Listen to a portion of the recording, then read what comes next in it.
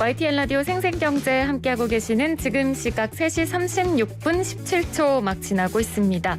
자, 이번 주 경제 뉴스 중에 중요한 뉴스를 골라서 그 안에 숫자들로 맥을 짚어드리는 시간입니다. 숫자로 보는 경제, 권혁중 평론가와 함께합니다. 평론가님 안녕하세요. 네, 안녕하세요.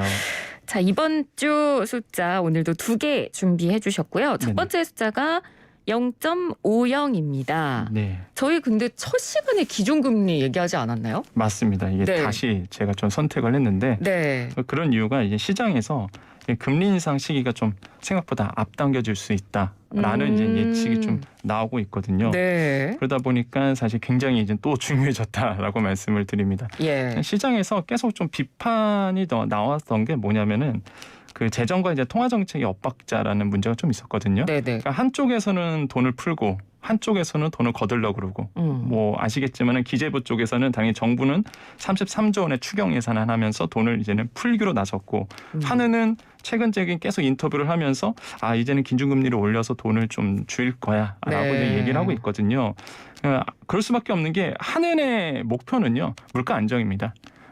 한국은행법에도 있거든요. 제1조에 보면은 말 그대로 그 물가 안정을 위해서 국민 경제에 이바지한다. 이런 얘기가 써져 있어요. 그러니까 물가 안정을 했을 때 금리를 통해서 사실 이걸 조절하거든요. 네. 그래서 한은은 하는 입장대로 있고 기재부는 또 기재부 입장대로 있다 보니까 야 이게 무슨 뭐 엇박자 아니야?라고 보는데 이게 정리가 됐습니다. 네, 홍남기 부총리께서 이제는 이주열 총재와 만나서 지난 2일에 정부는 한은에 하고자 하는 일에 이제 지지한다라는 뉘앙스를 얘기를 했거든요. 네. 그래서 이제 시장에서는 드디어 기준 금리가 이제는 인상이 되는데 하반기에 이제는 예상대로 한 번을 할지 아니면은 2번을 할지가 사실 지금 시장에서는 이제 관심사고요. 네. 그래서 이제는 이 이슈가 아마 하반기 우리 경제에 미치는 영향이 굉장히 크기 때문에 다시 한번 거론해야 되겠다 말씀을 드립니다. 네. 뭐 이제 7월이니까 하반기가 본격적으로 시작이 됐고 네. 그래서 좀 주목을 해봐야 될 것 같은데 왜 정부는 금리를 올릴 수밖에 없는지 지금 상황도 한번 좀 설명을 해주시면 좋을 것 같아요. 네, 그 금리 인상의 영향을 좀 볼 수가 있겠는데 첫 번째는 물가를 좀 안정시키죠. 네. 두 번째로는 동시에 이제 소비와 투자 이런 총수요 부분을 좀 감소시키고 수출도 감소인 경제에 영향을 많이 미치기 때문에 신중하게 하게 되는데 그러다 보니까 딱 한 2가지 정도를 뽑을 수 있어요. 금리를 인상하겠다 했을 때는 지나치게 경기가 좀 과열됐을 때 그로 인해서 부동산이 너무 뜨겁웠을 때 이럴 때 이제 기준금리를 좀 인상하게 되는 부분들이 네. 있겠고요. 두 번째로는 물가 급등이 갑자기 심해지다 보니까 인플레이션에 대한 압박 이런 것이 예상됐을 때 기준금리를 인상하게 됩니다. 네. 지금 우리나라의 환경이 어떠냐? 아시겠지만 부동산이 너무 뜨겁고요. 그렇죠. 하반기에도 더 오를 가능성이 매우 크기 때문에 네. 그다음에 그로 인해서 생기는 가계부채가 상당합니다. 시장에 너무 또 자산 시장이 과열된 부분도 있었어요. 그래서 지금이 이제 금리를 인상할 적절한 이제 시기다라고 제가 봤을 때는 판단하신 것 같고요. 네네. 그럴 수밖에 없는 게 대표적인 사례가 바로 부동산 시장입니다. 아까도 말씀드렸지만 정부가 26차례 발표를 했는데 이게 네. 시장에서 전혀 먹히지가 않거든요. 결국에는 금리 인상을 통해서 시장의 안정화를 구할 수밖에 없는 가계부채도 마찬가지고 뭐 대출의 질도 있습니다. 이 대출의 질이 문제인데 사실 이제는 대출을 받으신 분들이 경기가 좋아서 받는 게 아니라 나빠서 받는 거거든요. 특히 신용등급이나 점수가 낮으신 분들이 굉장히 많기 때문에 네. 이런 대출의 질이 계속적으로 악화되고 있는 부분 이런 부분 때문에 아무래도 이제는 금리를 어느 정도 인상시킴으로써 대출 좀 막겠다라는 어떤 측면도 있는 것 같습니다. 네. 그렇기 때문에 이제 금리 상승이 되면 이 소비자들, 그러니까 일반 네. 시민들이 어떻게 대응해야 될지 이것도 좀 저희가 고민을 동시에 해봐야 되는 시점이기도 합니다. 맞습니다. 근데 아까 우리나라 지금 사람들이 대출 질이 전반적으로 떨어졌다고 말씀을 해주셨는데 네. 실제로 우리나라의 지금 부채 상황이 어느 정도인가요? 사실 좋지는 않습니다. 이게 그냥 뭐 전문 용어로 말씀드리면 어려울 것 같아서 그냥 딱 팩트 있게 말씀드리면은 네. 규모도 크고요. 그다음에 속도도 굉장히 빠른 편이다라고 말씀을 드립니다. 그러니까 4월 말에 은행의 그 가계대출 잔액이 1,000조를 돌파를 했고요. 네. 5월 말 봐도 1,024조 계속 높아지고 있거든요. 총량도 늘어나고 있고 최근에 그 한국금융연구원 선임연구원이 가계 부채 리스크 현황과 선제적 관리 방안 이런 보고서를 하나 냈는데 네. 여기서 나온 자료가 뭐냐면은 이제 GDP 대비 가계 부채 비율이 19년도 말에 83%, 21년도 1분기 말에는 90.3%. 이렇게 얘기하면 이게 많은 건가? 그럴 수도 있는데 네. 비교치가 말씀드리면은 신흥국이 53.9%고요. 선진국이 한 81% 되거든요. 그거에 비해서는 꽤 높네요. 그거에 비해서는 좀 높다라고 말씀을 드리겠고 네. 제가 걱정하는 거는 사실 이 대출의 양보다 속도가 좀 문제다라고 저는 생각을 해보겠고요. 속도가 지나치게 아니더라도 그래도 좀 어느 정도 빠르다. 네. 왜냐하면 이게 대출의 질이 좀 좋아지려면 딱 그겁니다. 대출 양이 속도가 좀 둔화되거나 아니면은 대출 대비해서 빚지는 것보다 소득이 더 늘어나면 되거든요. 근데 소득이 늘지는 않으니까. 그렇죠. 네, 그러다 보니까 사실 이게 대출의 질이 좀 나빠지고 있는 부분이라고 볼 수가 있겠고 또 가장 시장에서 우려하는 부분이 청년층 대출이거든요. 네, 청년층 대출 본평 우리가 상식이잖아요. 우리가 항상 그 학교 시간에 경제 시간에 배웠던 거. 네. 대출에 대해서 뭐 대출이 나쁜 건 아니지만 어느 정도 따져보고 경제적인 관념으로 대출이 들어가는 건데 청년층 같은 경우에는 소득 자체가 높지 않기 때문에 그렇죠. 한번 이게 대출의 상환이 꼬이게 되면 계속적으로 이제는 리스크가 남는 부분들이 있습니다. 그래서 청년층 대출이 계속적으로 늘고 있어요. 30대 이하 청년층 봤더니 17년도에 49%.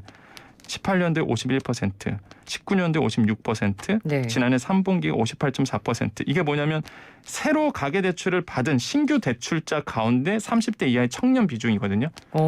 계속 늘고 있습니다. 그러네요. 네, 계속 늘고 있어서 과연 이 청년층이 만약에 확대 재정 정책이 일어나지 않고 말 그대로 뭐 대외 변수로 인해서 어떤 우리가 미래는 예상 못하니까요. 네.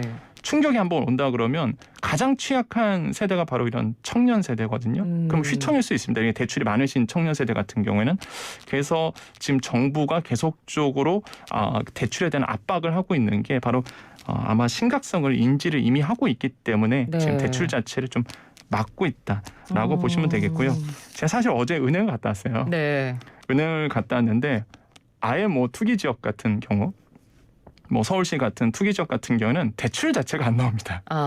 네, 그래서 그 정도로 사실 7월 1일부터 강화된 DSR이라든지 강화된 대출의 규제 때문에 사실 많이 이게 쪼이고 있다라고 말씀을 드립니다. 네, 그러니까 가계 부채가 뭐 건강한 대출이면 괜찮은데 말씀해주신 대로 건강해주지 않은 불안한 대출이다 보니까 정부 입장에서도 기준금리를 올리긴 올려야 되는데 단번에 많이 올리기엔 너무 무리가 있을 거라는 판단을 분명히 할 거고요. 네네.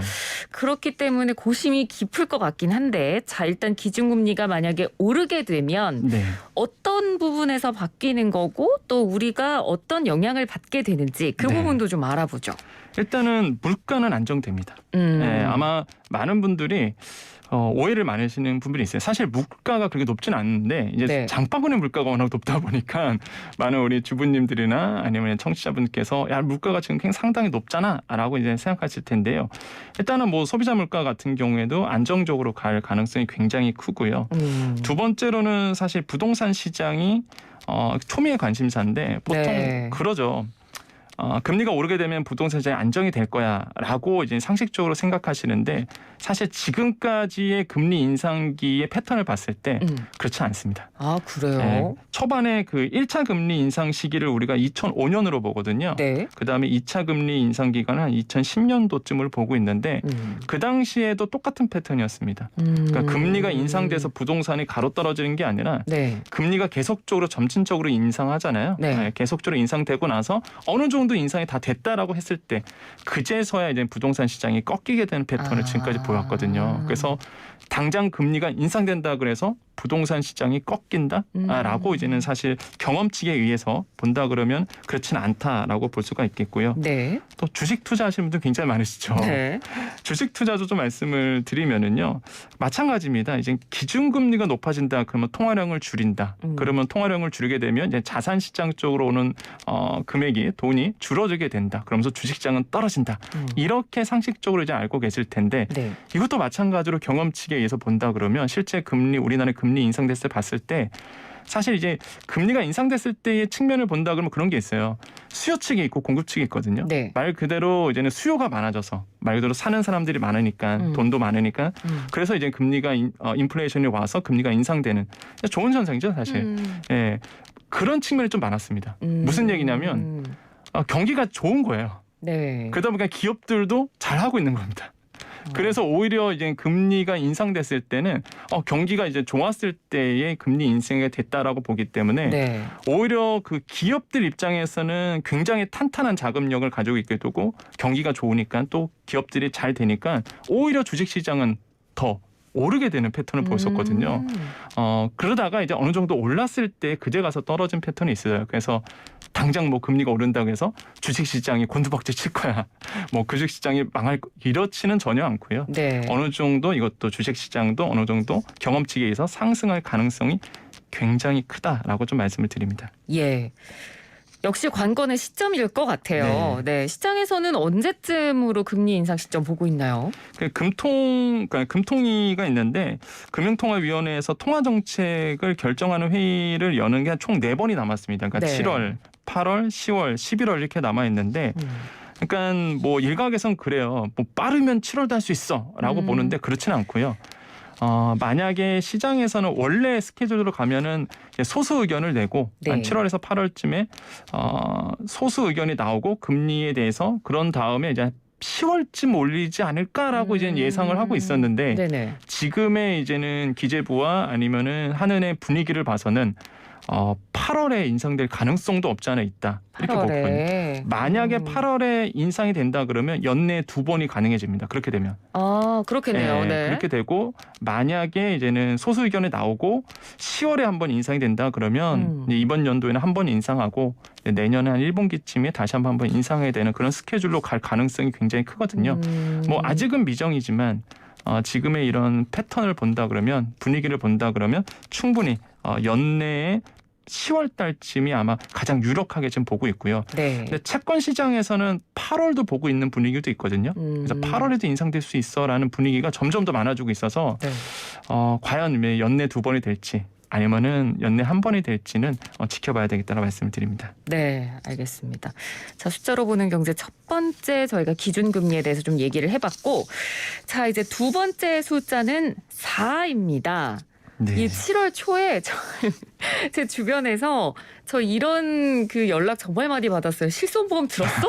이 얘기를 너무 많이 들어가지고 7월이 되면서 이제 4세대 실손보험이 나왔습니다. 네네. 도대체 4세대 실손보험이 뭐길래 이렇게 네. 많은 국민들의 관심을 받는 걸까요? 네, 이게 4자가 이제 4세대 실손보험으로 갖고 왔는데, 네. 그러니까 실손보험을 좀 이해하시려면요, 실손보험이 어떻게 탄생됐는지를 좀 보셔야 돼요. 네. 이게 지금까지 4세대잖아요. 그럼 앞에 3번이 있다는 얘기거든요. 그렇죠. 첫 번째가 99년도, 한마디로 실손보험이 처음 나온 게 99년도입니다. 99년부터 2009년까지 판매된 실손보험을 우리가 구실손이라 불러요. 네. 네, 그다음에 이제 두 번째가 2009년 9월부터 17년 4월까지 판매된 이게 표준화 실손이라고 얘기를 하고요. 예. 2017년부터 4월부터 그다음에 2021년도 6월까지 이게 신실손 보험이라고 보통 얘기를 합니다. 네. 그리고 7월부터 이게 팔리는 게 이제 4세대 실손 보험이라고 보시면 되겠는데요. 네. 아까 말씀하셨잖아요. 6월 말에 그런 연락을 많이 받았다. 네. 저도 연락을 많이 받았던 게 언제였냐면 네. 제가 실손보험을 언제 가입했냐면은 2009년도에 가입했습니다. 굉장히 빨리 가입하셨네요. 왜 그러냐면 구실손 마지막 차였어요. 그 당시에도 똑같은 분위기였거든요. 그렇군요. 야, 지금 가입 안 하면 큰 손해 봐 이러면서 바뀌기 전에 항상 그래요. 바뀌기 네, 그렇죠. 전에. 예, 그래서 2009년도에 사실 이제 구실손이죠. 이게 이제 구실손에 실손보험을 이제 가입했는데 네. 왜 그러냐면 그만큼 조건 자체가 많이 바뀌기 때문에 그렇게 해서 이제는 좀 분위기가 조성이 됩니다. 항상 막차에. 네. 자, 그래서 뭐 저도 이렇게 개인적으로 주변 연락을 받았습니다만 아마 보험사 콜센터는 더 했을 것 같습니다. 네네. 그러니까 뭐 4세대 실손보험 판매 하루 전날 6월 네. 30일부터 뭐 폭발적으로 문의 전화가 맞습니다. 늘었다고 하더라고요. 아무래도 이제 7월부터는 실손보험이 바뀌니까 그 3세대 실손보험 막차 타려는 분들이 굉장히 뭐 콜센터에 전화를 많이 했다는 이야기도 들리던데 네네. 그러면 그 신실손이라고 불리는 네. 이제 3세대라고 저희가 얘기를 할게요. 3세대 보험과 4세대 실손보험 뭐가 다른 건가요? 일단은 급여 항목이 좀 많이 다릅니다. 그러니까 예를 들어서 4세대 실손 좀 말씀드리면 1년간 비급여 보험금 지급액이 없으면 보험료가 할인이 돼요. 그러니까 한마디로 병원을 많이 안 갔으면 보험료 할인해 주겠다는 거겠죠. 맞습니다. 네. 그래서 이렇게 되고요. 보험금이 만약에 이런 100만 원이 넘어 100만 원 미만이다. 그러면 이제 보험금이 유지가 되고요. 비급여 항목이 이제 100만 원에서 150만 원이 된다. 그러면은 100% 할증이 됩니다. 네. 4세대 실손이. 그러면 150만 원에서 300만 원이면 200% 할증이 되고요. 300만 원 이상이게 되면 300% 할증되는 구조예요. 네. 말 그대로 MRI 아니면 도수치료 이런 비급여 항목들이 많은데 이거를 많이 바꾸면 바를수록 사실 이제 할증이 되는 부분이 있습니다. 그러다 보니까 야 이거 바뀌기 전에 빨리 가입을 해야 돼. 왜냐하면 3세대 실손은 그런 게 없거든요. 그렇죠. 네, 그러다 보니까 이거 빨리 가입을 해야 돼라고 해서 이제 마지막 날 이렇게 좀 전화가 불 날 정도로 이렇게 네. 많이 왔다라고 이제 보시면 되겠고요. 예. 4세대 실손 보험은요. 신규 가입도 지금 현재 가능합니다. 그리고 또 한 가지가 기존 실손 가입자들도 바꿀 수가 있어요. 우리가 흔히 갈아탄다 표현하죠. 네. 지금 갈아탈 수도 있고요. 그 보험료 차이를 좀 볼 수가 있겠는데 4세대 상품 보험료를 좀 봤더니 예. 1세대에 비해서 한 70% 저렴하고요. 2세대 실손에 비해서 50% 저렴하고 3세대 대비해서 약 10% 좀 저렴합니다. 보험료가. 네. 그래서 보험료는 싸지만은 아무래도 할증되는 부분이 좀 차이점이 있다라고 좀 생각을 해봅니다. 네. 그러니까 할증되는 부분 때문에 아마도 이 부분에 대한 혜택을 못 받으니까 네네.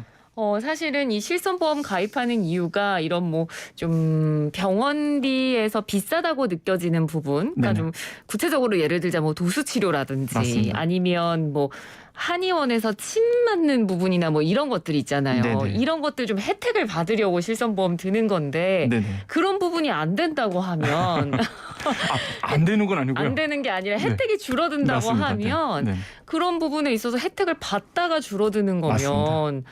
약간 좀 돈 아깝다는 생각도 들 수도 있을 것 같고요. 네네. 네, 그런 부분에 좀 불만을 호소하실 수도 있죠. 근데 보험료가 네. 대신에 아마 그 영업하시는 분들이나 아마 그러실 거예요. 아마 많은 분들께 보험료가 싸요. 라고 얘기할 텐데 진짜 싸긴 쌉니다. 왜 그러냐면 네. 40대 남자 기준으로 제가 이제 40대다 보니까 네. 40대 남자 기준으로 말씀드리면 보험료가 표준화 실손 전 그러니까 이제 구실손이 36,600원 정도 된다 그러면 예. 지금 실제 그렇게 되고 있거든요. 그러면 2세대 실손 같은 경우에 내가 2만 원 정도가 되고요. 신실손 그러니까 6월 전에 팔았던 게 12,000원 정도. 근데 네. 4세대 실손이 한 900원 정도밖에 안 돼요. 저렴하군요. 구실손에 비해서. 그래서 네. 이렇게 그 보험료로 따진다 그러면 굉장히 그 저렴합니다. 대신에 이제는 항목 자체 비급여 항목이 좀 많이 다르다 보니까 네. 아마 많이들 물어보실 거예요. 그럼 갈아타는 게 좋느냐라고 봤을 때는 사실 보험료가 저렴해서 좋은 건 아니다라고 말씀을 드리겠고 예. 결국에는 뭐 보장 내용 그렇죠. 내가 질병을 가지고 있는 보장 내용이라든지 아니면 자기 부담금 이런 것들을 좀 차이가 있기 때문에 잘 네. 알아보시고 판단하시는 게 현명하다. 무조건 새로 나온 보험이 좋다라고는 좀 말씀드리기가 그렇죠. 어렵다라고 말씀드립니다. 네, 알겠습니다. 지금까지 숫자로 보는 경제 권혁중 평론가였습니다. 고맙습니다. 네, 감사합니다.